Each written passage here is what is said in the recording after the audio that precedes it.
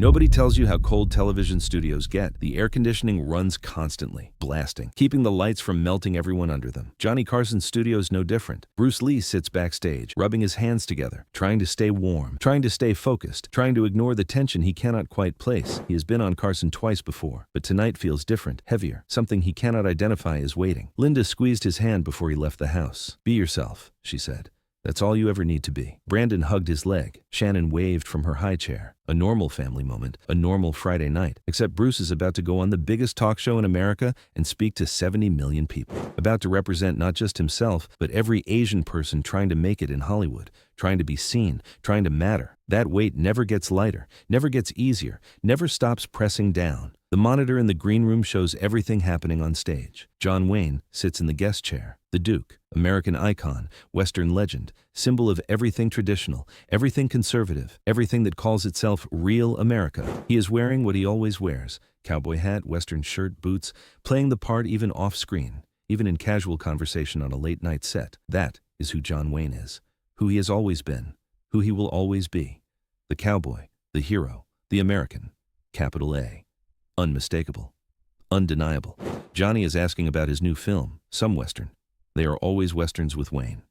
He built his name on them, his empire, his identity. The audience loves it, loves him, applauds everything, laughs at every joke, hangs on every word. This is their hero, their icon, their Duke. 3 generations grew up watching John Wayne save the day, win the girl, restore order. That means something. Creates loyalty that transcends reason, transcends change, transcends nearly everything. Bruce watches carefully from the monitor, studying the way Wayne moves, the way he commands space, the way he owns the room without effort, without trying, just by existing as John Wayne. That is mastery of a different kind, not martial arts, but performance, presence, the quality that makes someone a genuine star. Bruce recognizes it and can respect it, but there is something else underneath. Something Wayne said the previous year in a published interview about Vietnam, about protesters, about keeping America strong and traditional, code words, dog whistles, messages Bruce heard with perfect clarity, messages about who belongs, who matters, who counts as a real American. The stage manager taps Bruce's shoulder. 2 minutes, he stands, straightens his jacket, dark pants, conservative, professional, non-threatening. He learned early that appearance shapes how people receive a message, how they hear your words, how they judge your worth before you have spoken. So Bruce dresses carefully, speaks carefully, exists carefully, always aware, always conscious that one misstep can confirm every stereotype, every prejudice, every reason Hollywood uses to deny roles, deny opportunity, to deny basic humanity to people who look like him. He walks to the stage entrance. He can hear Johnny wrapping up with Wayne. "Stay with us. When we come back, martial arts legend Bruce Lee joins us. Don't go anywhere." The band plays. Commercial break. 3 minutes. Bruce waits in the wings, breathing, centering, preparing not just for an interview, but for a moment, for the interaction itself, for meeting John Wayne, for being in the same space, the same frame, the same reality as the Duke. That should be exciting. Should feel like an honor. Instead, Bruce feels uneasy. Something is off. Something is waiting on the other side of that curtain. The commercial ends. Johnny's back. Our next guest needs no introduction. Star of Enter the Dragon, martial arts master, philosopher, actor, teacher. Please welcome Bruce Lee. The band plays. The curtain parts. Bruce walks out, smiling, waving, professional. The applause is warm, genuine, enthusiastic. Not quite the roar Wayne received, but real and earned. Bruce has built this through years of work, through undeniable excellence, through being precisely what he claims to be. He approaches the guest area. John Wayne is still seated in the first chair. Bruce extends his hand, automatic, polite, the expected gesture of meeting someone. Wayne looks at the hand, just looks at it. He does not move, does not extend his own, does not acknowledge the gesture at all, just sits there, staring, leaving Bruce standing with his hand out, leaving him to wait, leaving him to look foolish, making a statement, silent, powerful, public. "I do not shake your hand. I do not acknowledge you. I do not accept you." The moment stretches. 2 seconds. 3. 4. The audience notices. The cameras catch it. Johnny sees it. Everyone in the studio sees it. Bruce's hand hanging in the air. Wayne's refusal to meet it. The disrespect is visible and unmistakable, barely disguised as personal preference. Bruce's expression does not change, but something behind his eyes shifts. hardens, understands. This is not an accident. This is not oversight. This is deliberate. This is John Wayne telling Bruce Lee exactly what he thinks, exactly where Bruce ranks, exactly how much respect he deserves. None. Zero. Less than zero. Bruce lowers his hand and sits in the second chair, next to Wayne, next to the man who just publicly refused to acknowledge him. The studio carries an uncomfortable silence. Everyone felt it. Everyone knows what just happened, even those who do not want to name it. You do not want to make it real by speaking it aloud. Johnny moves to recover. He's a professional host, a master of difficult moments, skilled at smoothing rough edges. Well, Bruce, great to have you back. Third time this year, you're becoming a regular. Tell us what you've been working on. What's new in the world of Bruce Lee? Bruce begins to answer. New projects, new training methods, a philosophy he has been developing. Wayne interrupts. Does not wait for a pause. Does not wait for a natural opening. Just interrupts. Carson, why do you keep having this guy on? What's the appeal? He makes movies. Fine. A lot of people make movies. What makes him special? What makes him worth bringing back? Worth giving a platform to? Worth treating like a real star? The studio goes quiet again. A different silence. Shocked. Did John Wayne just say that? Just question Bruce's right to be here? Just challenge his professional worth on live television in front of 70 million people? That is not banter. That is not playful. That is hostile. That is an attack. That is John Wayne making clear exactly how he feels, what he believes, and who he thinks belongs on American television, and who does not. Johnny laughs nervously, trying to diffuse.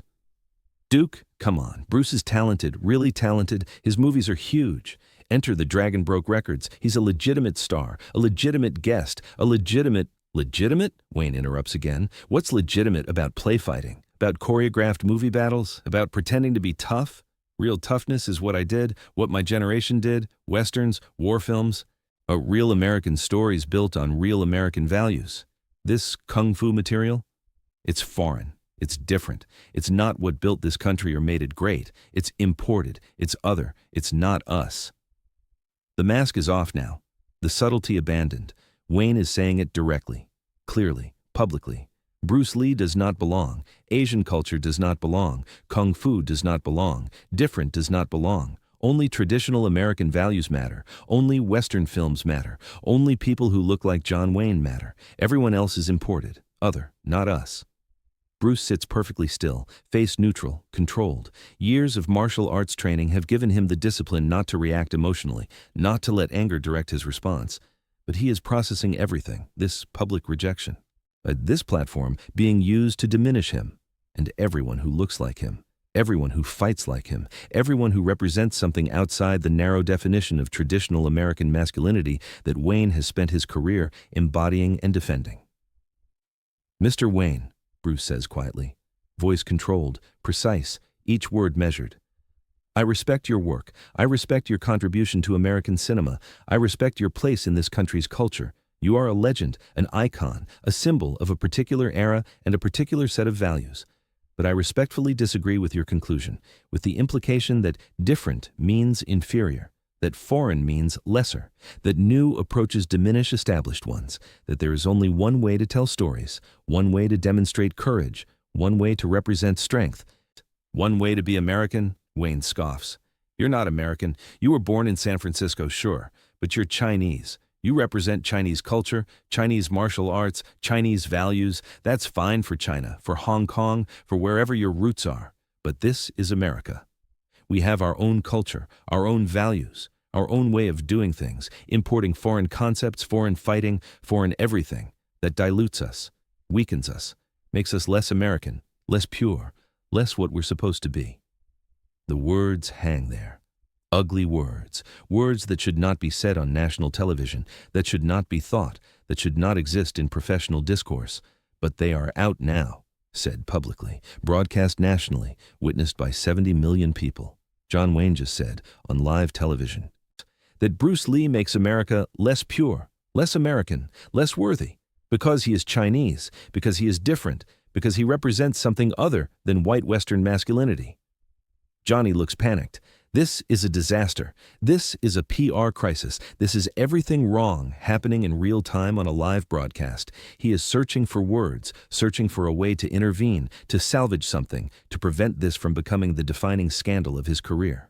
But before he can speak, Bruce responds. "Mr. Wayne," Bruce says. The voice is still quiet, still controlled, but different now, harder, more focused, more direct.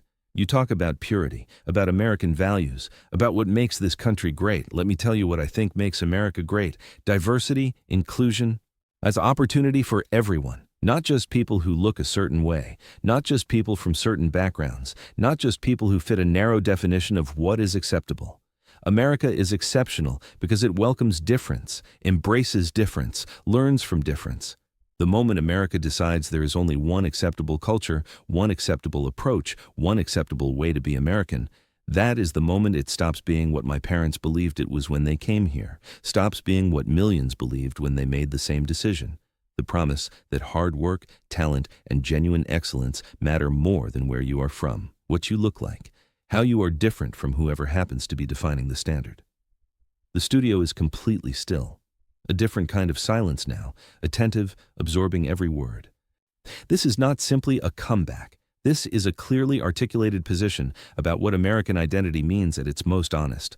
Bruce continues, "You say I represent Chinese culture, Chinese values, Chinese martial arts. You are right. I am proud of that heritage, proud of that tradition, proud of where I come from, but I also represent American culture, American values, American opportunity.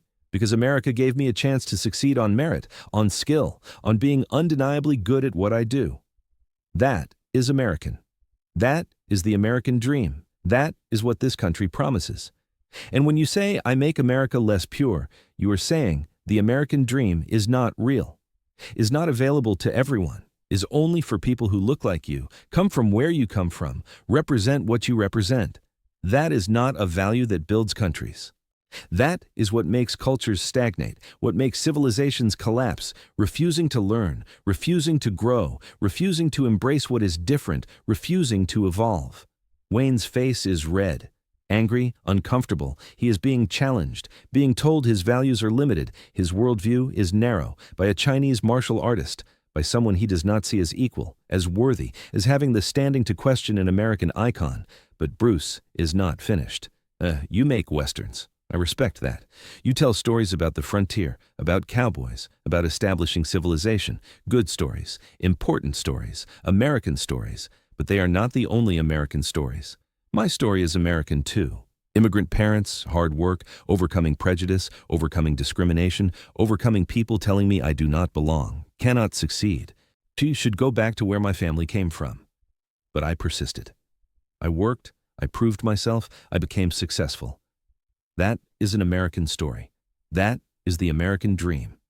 And when you refuse my handshake, refuse my right to be here, refuse to acknowledge me as a peer in this profession, you are rejecting that story, that dream, that promise. You are saying America is only for certain people, only for acceptable people, only for people who match a narrow definition. That is not the America I believe in. Not the America that gave me opportunity, not the America I am grateful for, and that is definitely not the America I am going to quietly accept being defined out of. The audience erupts. Applause, loud applause, standing ovation, not universal. Some remain seated, arms crossed, aligned with Wayne. He committed to his vision of what America is and should remain. But the majority stands, celebrates. Not just the courage to say it, but the precision with which it was said.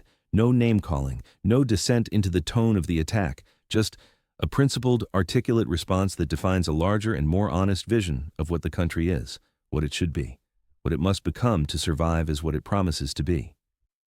Wayne stands abruptly. I don't have to listen to this, don't have to sit here being lectured by someone who doesn't understand, who wasn't here, who didn't build this country, who doesn't know what real Americans sacrificed, what we fought for, what we died for. I'm done. I'm leaving. Carson, this is your show, your choice, but I'm not sitting here being disrespected, being challenged, being told I'm wrong by someone who is barely American, who is Chinese first, American second. Maybe. I'm done. He walks off, storms off, exits the stage, exits the show, exits the conversation he started and the confrontation he built, leaving Bruce sitting there, leaving Johnny scrambling, leaving 70 million people processing what they just witnessed, what they just heard, what just became part of television history, part of cultural history, part of the permanent American record. Johnny does not know what to say, what to do, how to proceed. This has no precedent in his experience. But it has happened. It is broadcast, it is out there, and cannot be taken back, cannot be undone, cannot be fixed. It simply has to be addressed. "Well," he says finally, voice unsteady, "that was intense. Bruce, I apologize. That should not have happened. You did not deserve to be treated that way." Bruce nods. Gracious, professional. "No apology necessary, Johnny. You didn't do anything wrong. You gave me a platform and the space to respond. That is all anyone can ask. Thank you for that. Thank you for letting me say what needed to be said, what I have wanted to say for a long time, what every person who looks like me, who comes from where I come from, who represents what I represent, has wanted to say. You gave me that platform, that opportunity, that moment. I am grateful for it." The interview continues, but differently, heavier. Questions are asked and answered, but everyone in the studio is still processing what came before, still sitting with the weight of the exchange, still understanding that what happened tonight will not stay inside this building. The show ends. Bruce goes home. Linda was watching. She saw everything. She meets him at the door and holds on, tight, long, proud. "You were amazing. What you said, how you said it. You spoke for everyone, every person who has ever been told they don't belong, don't matter, don't count as a real American. You spoke for all of us. Thank you for being brave. Thank you for being eloquent. Thank you for being you." The next morning, the story is everywhere. Every newspaper, every television news broadcast, every conversation. John Wayne refused to shake Bruce Lee's hand on The Tonight Show, questioned his right to be there, made his views about American identity explicit, then walked off when Bruce responded directly. The country divides, some with Wayne, with traditional values, with the vision of American purity he articulated, others with Bruce, with inclusion, with the broader and more open definition of what the country is and what it can become. The division is stark, clear, undeniable. America is choosing sides, deciding what it values, deciding what it believes. Bruce receives thousands of letters. Most are expressions of gratitude. "Thank you for speaking up. Thank you for representing us. Thank you for saying what we could not say. For being brave enough to say it publicly. For being right. For being American in the truest sense." Some letters are hateful, racist, threatening, telling him to go back to China, to stop corrupting American culture, to stop pretending he belongs. Bruce reads them all. He understands what they represent, the fear, the resistance, the instinct to close rather than open. But he is not discouraged. He knew before he walked onto that stage that changing minds and shifting culture takes time, takes persistence, takes courage. He has all three. John Wayne never apologizes, never acknowledges that his behavior was inappropriate, never admits that what he said on that broadcast was wrong. He gives interviews defending his position, his values, his vision of America. He says he stands by his words and his actions. He says real Americans understand, support him, agree with him, and some do, many do, but not everyone, not after Bruce's response, not after that articulate, principled, publicly delivered argument for a different vision, one that is harder to dismiss than Wayne anticipated when he decided to make the challenge. The incident produces change inside the industry. A gradual change.